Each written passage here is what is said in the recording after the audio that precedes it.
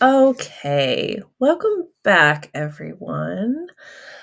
Today, we're going to explore American postmodernism in literature. This is you could say, rich, complex period of storytelling that emerged in the wake of global upheaval and cultural transformation. Again, cheery topics. Uh, if modernism was about finding order in chaos, then postmodernism is what happens when we stop believing that order is even possible. This is a very intense week. I'm not going to lie to you. I think a lot of people find difficulty historically connecting with postmodern literature. Maybe you don't, and that's great. But if you are having difficulty, don't worry. It's meant to throw you off. It's meant to be a bit jarring. We'll get into that. Maybe I'll just continue. But I just want to preface that we're all in this together. Postmodernism is known for being a bit wacky at times, to put it lightly. But in that, it is still quite fascinating to observe. So keep that in mind. Okay, so what on earth is it? What is postmodernism? So it's postmodernism. It emerged in the aftermath of, instead of World War One with modernism, we now have World War Two with postmodernism. This was most prominently from the 1950s, you could say, through to the 1980s. Where modernism had faith in reason, progress, and structure, postmodernism is marked by skepticism over everything. It questions everything. It questions narratives, authority, and even the idea of truth itself. That's very key. Some hallmarks of the style include irony, fragmentation, metafiction, intertextuality, unreliable narrators, and a liberal use of dark humor. In other words, postmodern literature doesn't just tell a story, but it makes us question how and why stories are told at all. Hopefully, you're still with me. All right, some historical context. So, this literary shift, didn't happen in a vacuum. The post war era brought disillusionment, again, that word, but more along the lines of Cold War paranoia, civil rights struggles, and a media saturated culture. This is also very key. The faith and grand narratives, again, like we talked about earlier, American Dream, but even something as simple as objective truth, was rapidly unraveling. So, as a result, authors began to reflect that a fractured world was one where you had to start questioning tradition, authority, and ideology. Literature became a playground. This is a very good way to view it, a playground for experimentation and critique. So let's now take a closer look at four key American authors whose work exemplifies postmodern sensibilities, in my opinion, each responding to their time with unique style and perspective. All right, first up with a big hitter, Kurt Vonnegut, a World War II veteran and prisoner of war. During the firebombing of Dresden, Germany, Vonnegut's experiences profoundly shaped his writing. He blends science fiction with autobiography, very interesting, humor with horror, becoming a defining voice of the anti war satire. Slaughterhouse-Five follows Billy Pilgrim, a deeply unreliable narrator who becomes, quote, unstuck in time. Stick with me. It's a novel about war, trauma, and absurdity, and it refuses to obey to traditional narrative rules. With its fragmented timeline, metafictional elements, and again, dark humor, this novel captures the chaos, absolute chaos of a postmodern worldview. It questions whether free will exists and mocks the notion that war can ever be truly understood.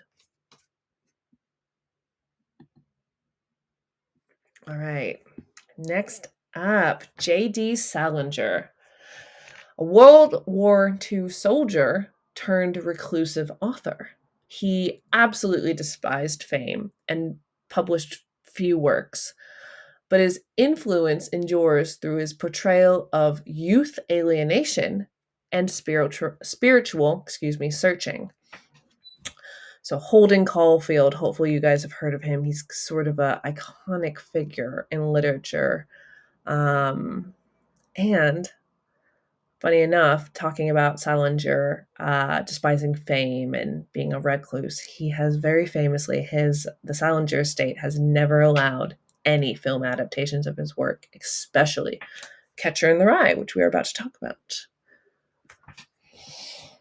So, Catcher in the Rye is essentially postmodernism in its tone and narrative voice. It's narrated, like I said, by Holden Caulfield, the protagonist, and the novel delves into mental health, authenticity, and societal hypocrisy overall. Holden's stream of consciousness storytelling and, again, unreliable narration set the stage for later postmodern works. His story isn't just about rebellion, it's about trying to make sense of a world that feels profoundly fake. That's a key point. All right. Now, a bit of a curveball in a slate of curveball literature, I guess you could say.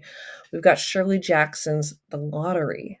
So, Shirley Jackson, who's often called the queen of psychological horror, wrote during a time of post war conformity. She turned the familiar into the uncanny, unmasking the dark undercurrents of everyday life. If anybody knows the books, or I think there were some adaptations, The Haunting of Hill House and We Have Always Lived in the Castle, are both her works, her longer works. But her short story that we're going to read, The Lottery, caused absolute outrage when it appeared in The New Yorker. Why? Well, some could say it just holds a mirror to society's blind obedience. That's certainly what postmodernism would have viewed it as. Set in a small town that performs an annual ritualistic stoning, the story critiques tradition, violence, and mob mentality. It's a postmodern masterwork, revealing how horror can lurk in plain sight, especially when no one asks why. That point right there, very, very important. Okay, lastly, Maya Angelou. I love her. She was a poet, performer, and a civil rights activist. She lived through the Jim Crow South and fought against systematic racism alongside figures like Martin Luther King and Malcolm X. Her memoir is not just strictly autobiography. It's quite literary, it's very fragmented, and it's richly layered. Angelou weaves together personal truth and collective experience, challenging the idea that history is fixed or objective. She explores race identity, trauma, and self expression in a way that blurs the line between memory and myth. Very interesting. This is a inherently postmodern technique.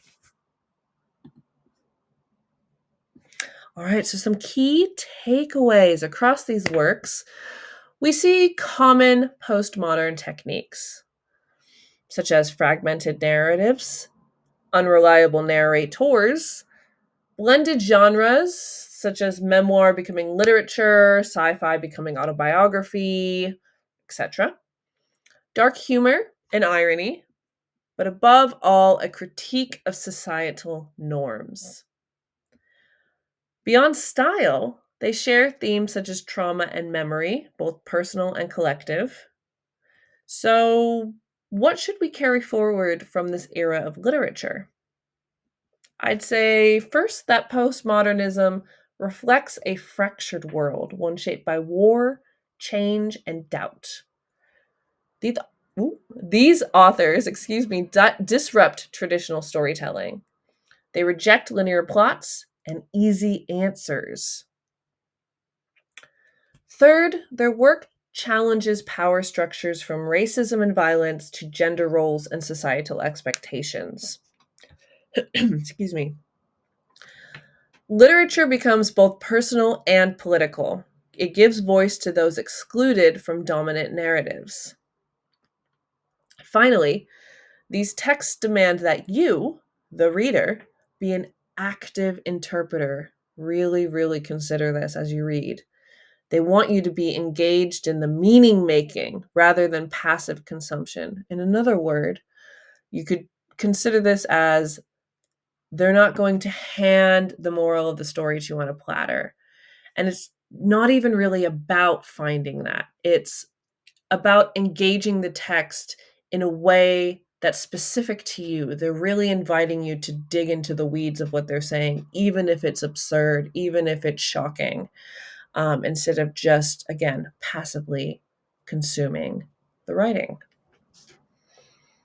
Likewise, ideas of alienation and identity, particularly among youth and marginalized voices, alongside violence and complicity, which are seen in war and ritual. A resistance to conformity.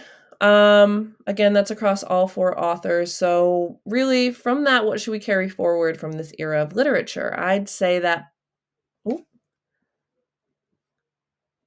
that was repeated.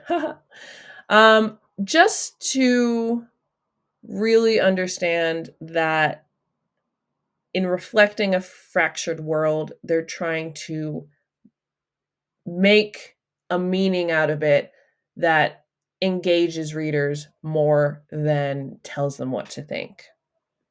And that can be a hard shift for some people to do.